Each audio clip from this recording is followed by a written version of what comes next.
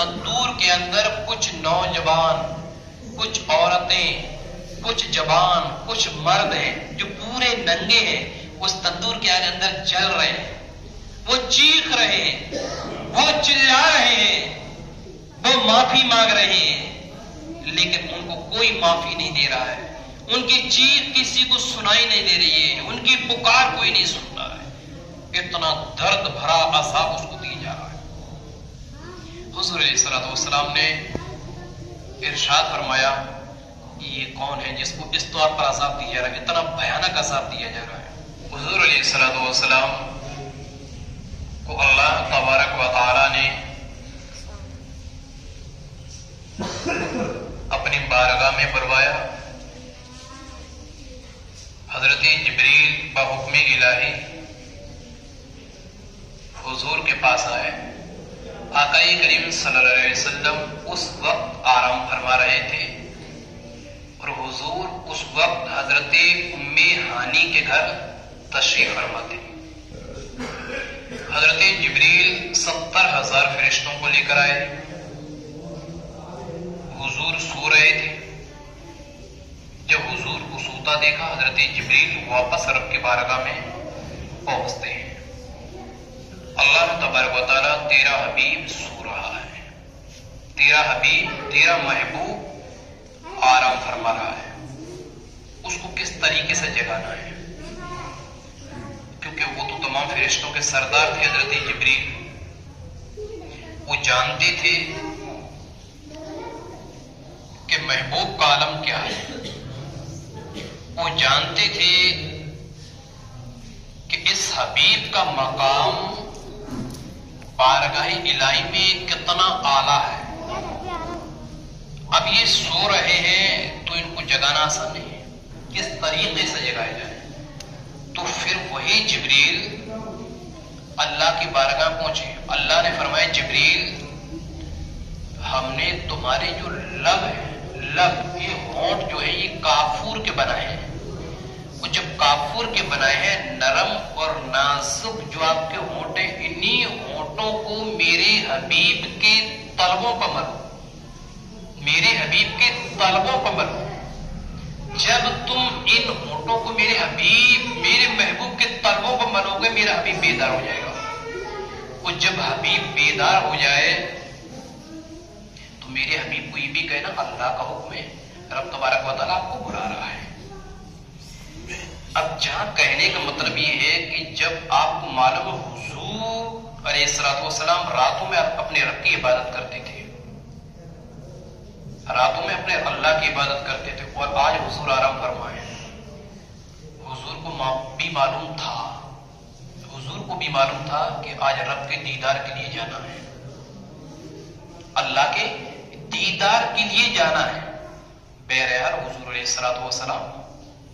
چلتے ہیں۔ معراج کا واقعہ تو آپ نے سنا ہی ہے کئی بار، اس لیے اس کو شارٹ میں بیان کرتے ہوئے کہ حضور بارگاہ الہی میں پہنچ گئے، اللہ کی بارگاہ میں پہنچے، 50 وقت کی نماز فرض ہوئی، اور 50 وقت کی نماز فرض ہوئی، واپس آئے چھٹے آسمان پر حضرت موسیٰ ملے، کہا حضور کیا ہوا؟ کہا 50 وقت کی نماز رب کی جانب سے تحفے میں ملی ہے۔ کہا یا رسول اللہ بارگاہ الہی میں دوبارہ جائیں، 50 وقت کی نماز آپ کی امت ادا نہیں کر پائے گی، کیونکہ میں نے بنی اسرائیل کو دیکھا ہے۔ دوبارہ گئے، 5 وقت کی معاف ہوئی، 45 رہ گئی، پھر آئے، پھر گئے، اس طور پر 9 بار گئے، 45 کم ہوئی، 5 بچی، صرف 5۔ تو جب 5 بچی، رب نے ارشاد فرما دیا حبیب آپ کی امت پڑھے گی 5 ثواب 85 کا دوں گا، پڑھے گی 5 ملے گا ثواب 85 کا۔ عزیزان محترم، اب یہاں نبی پاک صلی اللہ علیہ وسلم معراج سے جب آئے، جب معراج میں آقا کریم صلی اللہ علیہ وسلم تھے تو حضور نے وہاں جنت کو بھی دیکھا، دوزخ کو بھی دیکھا، آسمانوں کی بھی سیر کری حضور نے، اور حضور علیہ الصلوۃ والسلام نے وہاں کچھ چیزیں بھی مشاہدہ کی، کچھ چیزیں بھی دیکھی، ایسی عجیب عجیب چیزیں جو میں ذکر کر رہا ہوں۔ سرکار علیہ الصلوۃ والسلام ارشاد فرماتے میرے ساتھ 2 تھے،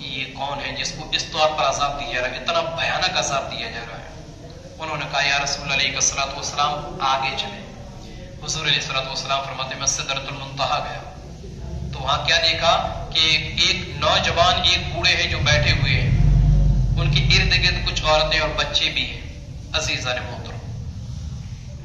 حضور نے فرمایا کہ تم دونوں نے مجھے رات بھر گھمایا، اب یہ بتاؤ جو چیزیں میں نے دیکھی ہیں ان کا مطلب کیا ہے، ان کا کیا معاملہ ہے، ان کو کیوں عذاب دیا جا رہا ہے؟ تب انہوں نے کہا یا رسول اللہ علیہ الصلوۃ والسلام، جس انسان کو آپ نے یہ دیکھا کہ اس کے گال چیرے جا رہے تھے، آنکڑے سے گال پھاڑے جا رہے تھے اور پیٹ تک چل رہا تھا، جو چلا رہا تھا، یہ جو چیخ رہا تھا، یا رسول اللہ یہ آپ کی امت کا وہ انسان ہے، یہ آپ کی امت کا وہ شخص ہے جو یا رسول اللہ جھوٹ بولتا تھا، یا رسول اللہ علیہ الصلوۃ والسلام یہ جھوٹ بولتا تھا، اس کی جھوٹی باتیں مشہور ہو گئی، لوگ جانتے تھے جب بھی بولتا ہے جھوٹ بولتا ہے، اس کو اس جھوٹ کا عذاب دیا جا رہا تھا، اور یا رسول اللہ قیامت تک کے لیے اس کو یہی سزا دی جائے گی، یہی جھوٹ کی سزا دی جائے گی۔ عزیزان محترم، لیکن ہم اور آپ بڑی آسانی سے جھوٹ بول دیتے ہیں، ہم یہ سوچتے ہیں کہ ارے بھائی ہماری جو کمی تھی وہ پوری ہو گئی۔ یقین جانے ایک جھوٹ کو چھپانے کے لیے 99 جھوٹ بھی بولتے ہیں نا، جب بھی ایک سچ کے برابر نہیں ہو سکتے۔ سرکار علیہ الصلوۃ والسلام نے کہا اچھا یہ بتاؤ جو میدان میں پڑا ہوا تھا، جس کے سر کو کچلا جا رہا تھا، وہ کون تھا؟ کہا یا رسول اللہ علیہ الصلوۃ والسلام آپ کی امت کا وہ شخص تھا جو قرآن تو پڑھا تھا، لیکن قرآن کو پڑھ کر بھول گیا تھا۔ قرآن تو پڑھا تھا آپ کی امت کا یا رسول اللہ، یہ انسان قرآن پڑھا تھا لیکن قرآن پڑھ کر اس قرآن کو بھول گیا تھا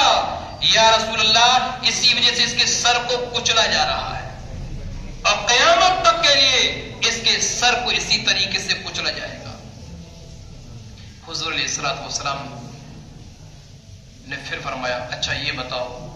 کہ جو تندور میں جو کچھ مرد اور عورتیں جل رہے تھے، جو باہر آ رہے تھے، ایسا لگ رہا تھا باہر نکل جائیں گے پھر اندر چلے جاتے ہیں،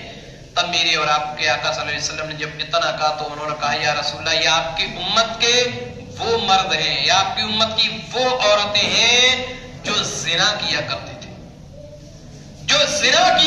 تھے، جو آپس میں ملا کرتے تھے، جو غیر محرم کے ہاتھوں میں ہاتھ ڈال کے چلا کرتے تھے، جو غیر محرموں کے ساتھ راتیں گزارا کیا کرتے تھے، راتیں رنگین کیا کرتے تھے، زنا میں مشغول رہا کرتے تھے، یا رسول اللہ آپ کی امت کے وہ مرد اور عورتیں جن کو آگ میں جلایا جا رہا ہے، جن کو آگ جلا رہی ہے، جن کو عذاب دیا جا رہا ہے، یہ زنا کاری کیا کرتے تھے۔ پھر حضور علیہ الصلوۃ والسلام نے آگے فرمایا اچھا یہ بتاؤ جو نہر میں جو خون اور پیپ کی جو نہر تھی، جو کھولتا وہ خون اور پیپ تھا، اس میں ایک انسان کو عذاب دیا جا رہا تھا، وہ کون تھا؟ کہا ہے رسول اللہ یہ آپ کی امت کا وہ انسان ہے، یہ آپ کی امت کا وہ شخص ہے جو یا رسول اللہ سود کھایا کرتا تھا، بیاس کھایا کرتا تھا۔ عزیزان محترم، پھر وہ دونوں یہ کہتے ہیں یا رسول اللہ علیہ الصلوۃ والسلام یہ جو سود اور جو بیاس کھاتا ہے اس میں جو عذاب ہو رہا تھا، خون اور پیپ کی ندی میں دوڑ رہا تھا، گوتے کھا رہا تھا اور نکلنے کی کوشش کر رہا تھا، فرشتے اس کے سر پہ مار رہے تھے تو سر کچل جا رہا تھا، پھر اسی میں چلا جا رہا تھا۔ عزیزان محترم، لیکن ہم آج آسانی سے بیاس کھا جاتے ہیں، آسانی سے یہ بیماری، یہ بیاس جو بیماری ہے، جو سود والی بیماری ہے، غیروں میں تھی لیکن آج یہ ہم میں آ گئی ہے۔ آج آپ یقین کریں کئی لوگ مجھے ایسے معلوم میرے پاس شکایتیں آتی ہیں کہ یہ بیاس کھاتا ہے، یہ سود لیتا ہے۔ قرآن نے کہا یمحق اللہ الربا، یمحق اللہ الربا، یمحق اللہ الربا۔ تیسرے پارے کے اندر اللہ ارشاد فرماتا ہے کہ بیاس کو ہم نے حرام قرار دیا ہے، سود کو ہم نے حرام قرار دیا ہے۔ عزیزان محترم، لیکن یہ آسانی سے کھا لیتے ہیں۔ اگر آپ کو یہ معلوم ہو جائے کہ انسان پیاس کھاتا ہے، انسان سود کھاتا ہے، تو اس انسان کے یہاں لقمہ تو کیا ایک گھونٹ پانی تک نہ پیا جائے، ایک گھونٹ پانی نہ پیا جائے۔ اگر پیاس کھانے والے سود کھانے والے کے یہاں ایک لقمہ بھی پانی پی لیا، اس کا بھی عذاب ہوگا، اس کا بھی حساب لیا جائے گا۔ آج ہماری سماج میں بے شمار لوگ پیاز لینا شروع کر دیے۔ عزیزان محترم، میں نے بار بار کہا یار، اور 3 سال سے چل رہا ہوں، یہ دنیا ہے، یا تم عیش اور آرام کی زندگی گزار لو، لیکن یاد رکھنا ایک وقت وہ آئے گا، ایک تاریخ وہ آئے گی، ایک اتہاس وہ آئے گا کہ جب آپ کو اپنا منہ اپنے رب کو دکھانا ہوگا، آپ کو اپنا منہ اس نبی کو بھی دکھانا ہوگا جس نبی نے آپ کے لیے نہ جانے کتنی راتیں گزار دی ہیں، جس نبی نے نہ جانے کتنی دعائیں رات رات میں اپنی امت کے لیے جاگ کے کی ہے، اپنے آنسوؤں کو بہایا ہے، اسی امت کے لیے اپنا پریوار کو بھی کٹوایا، اس امت کو بھی اپنے نبی پاک نے اپنی اس اولاد کو، اس پریوار کو بھی کٹوا دیا اس امت کے لیے، اس امت کو، اس نبی کو بھی منہ دکھانا ہوگا۔ عزیزان کرام وقار، میرے کہنے کا مطلب ہے جھوٹ، زناکاری، اور جو قرآن پڑھ تو لیتے ہیں لیکن اس کے بعد پھر بھول جاتے ہیں، ان تمام چیزوں کا خیال رکھیں۔ ہر ایک چیز کا حساب ہوگا، ہر ایک چیز کا۔ اگر آپ نے ہاتھ سے گناہ کیا ہوگا، اس ہاتھ کا بھی عذاب ہوگا۔ زبان سے گناہ کیا تو زبان بھی ہمارے خلاف بولے گی۔ اگر قدم گناہ کی طرف اٹھایا، یہ قدم بھی ہمارے خلاف بولے گا۔ ہر ایک چیز ہمارے خلاف ہوگی۔ اس لیے اللہ کی بارگاہ میں دعا کریں کہ پروردگار عالم ہم ان تمام گناہوں سے ہمیں بچنے کی توفیق عطا فرمائے۔